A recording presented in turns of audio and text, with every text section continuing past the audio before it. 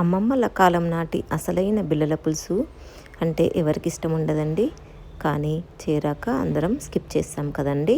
ఒకసారి నా పద్ధతిలో చేసి చూడండి, 100% పర్ఫెక్ట్గా కుదిరి తీరుతుంది.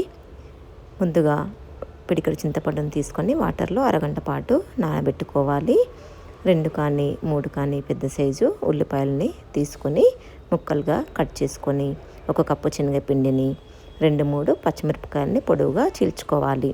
2 టేబుల్ స్పూన్ల ఫ్రెష్గా నూరి ఉంచుకున్న అల్లం వెల్లుల్లి పేస్ట్ని కూడా సిద్ధంగా ఉంచుకొని కడాయి పెట్టుకొని నూనెను వేసుకొని పోపు దినుసులు, కరివేపాకు, అల్లం వెల్లుల్లి పేస్టు, ఉల్లిపాయలని, పసుపుని వేసి 1 కప్పు వాటర్కి 1 కప్పు శనగపిండిని వేసుకోవాలి. వాటర్లో ఉప్పును, కారాన్ని, శనగపిండిని వేసి ఇలా 2 నిమిషాల పాటు ఫ్రై చేసుకొని పైనుంచి కొంచెం నూనెను వేసుకోవాలి.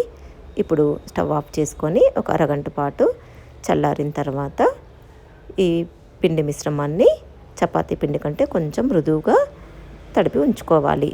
ఒక ప్లేటుకి ఇలా నూనెను అప్లై చేసుకొని ఈ మిశ్రమాన్ని, శనగపిండి మిశ్రమాన్ని ఇలా ఒత్తుకోవాలి. ఇవి మనము ట్రయాంగిల్ షేప్లో కానీ రౌండ్ షేప్లో కానీ చేసుకోవచ్చు. నేనైతే ఇలా స్క్వేర్ షేప్లో చేసుకుంటున్నాను కాబట్టి ఈ విధంగా ఒత్తుకున్నాను. ఒక నైఫ్తో కానీ చిన్న కట్టర్తో కానీ ఇలా కట్ చేసుకోవాలి.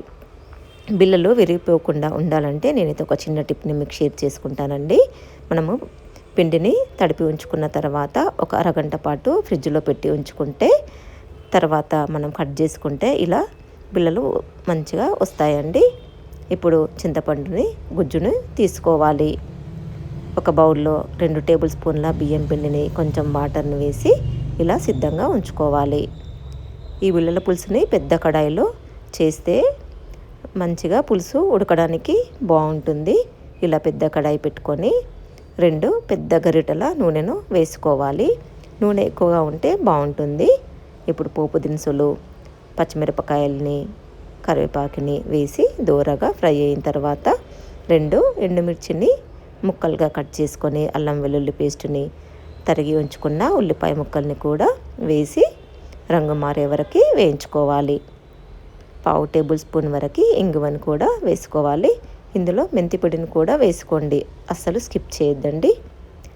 ఇలా ఫ్రై అవ్వగానే 1/2 టేబుల్ స్పూన్ వరకు పసుపును కూడా వేసుకోవాలి.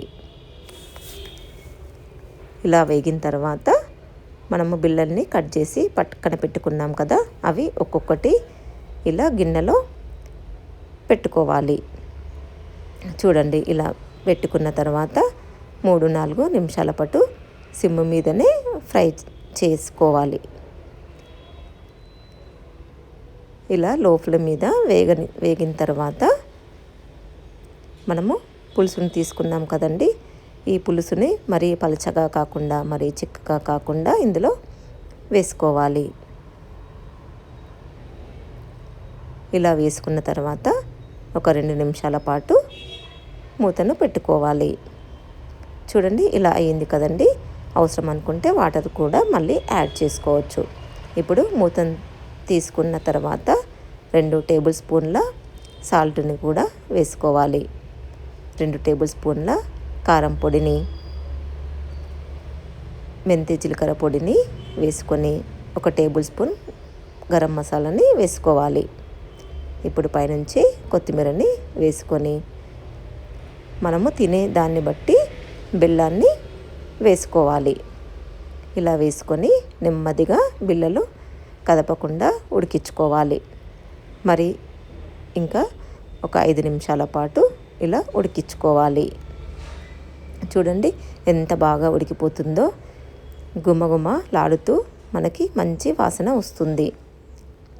ఇలా ఉడికిన తర్వాత పైనుంచి మనం బియ్యం పిండిని వాటర్లో కలిపి ఉంచుకున్నాం కదండి, ఇది చివర్లో వేసుకోవాలి. ఎంత సాఫ్ట్గా ఉడికిపోయాయో చూడండి. బిళ్ళలు మెత్తగా సాఫ్ట్గా తినడానికి చాలా రుచిగా ఉంటుంది. ఈ బిళ్ళల పులుసు వేడి అన్నంలోకి కానీ చపాతీలోకి చాలా రుచిగా ఉంటుంది. ఈ పులుసు 2 రోజుల పాటు నిల్వ ఉంటుంది. చేసిన రోజు కంటే మరుసటి రోజు ఇంకా రుచిగా ఉంటుందండి. మరి ఇంకెందుకండి ఆలస్యం, ఈ వీడియోని పూర్తిగా చూసి చాలా ఈజీగా క్విక్గా తయారు చేసుకోవచ్చు. మీకు కనుక ఈ వీడియో నచ్చినట్టయితే లైక్ చేయండి, షేర్ చేయండి, సబ్స్క్రైబ్ చేయండి.